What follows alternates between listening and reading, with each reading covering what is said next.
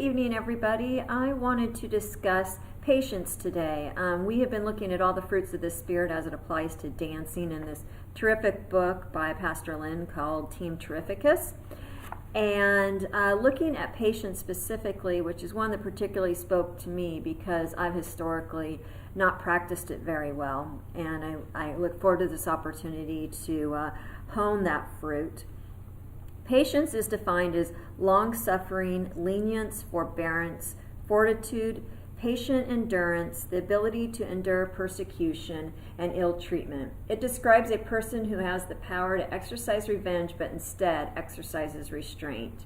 The verse that we look at is Hebrews 6:12, that you do not become sluggish but imitate those who through faith and patience inherit the promises. In this book, it gives us several tips and techniques as in regards to patience. And I wanted to highlight one, and this is don't strive for leadership. When it's obvious that you are striving for it, that is a sure sign to leadership that you are not ready for it. Be humble and submissive and serve genuinely.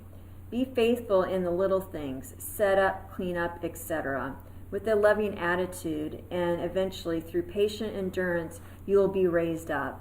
And this is a good way to check your heart motivation. Now, I had a personal experience with this, and that when I was first introduced to the dance ministry, I was really new to my church as well, and I was just completely taken by the Spirit, and I was ready to go for it and ready to be a great ballerina up on the stage.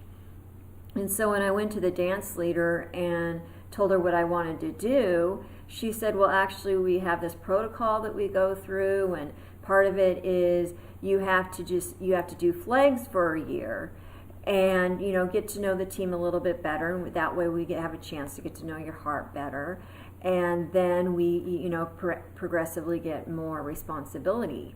And I actually thought that I felt hurt. And I'm like, wait a minute, I want to offer my services and you're rejecting them? And I didn't understand it. And what I liked about this book is I really get to start working in the ministry, knowing how it's really supposed to work.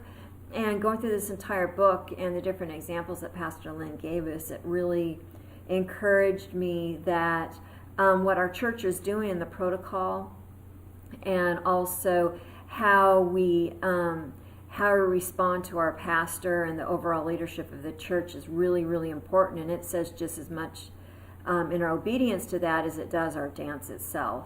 And so I'm having to be patient with the leadership, be patient with myself, and just take this as an opportunity to be very humble and really learn from the ground up all the nuances, the flags, the streamers, the banners, and all of the things that aren't necessarily the dancer up front that people may be talking about, but we're showing an entire picture when we're up there, and I have to be mindful of that. So I hope this is helpful. Thank you.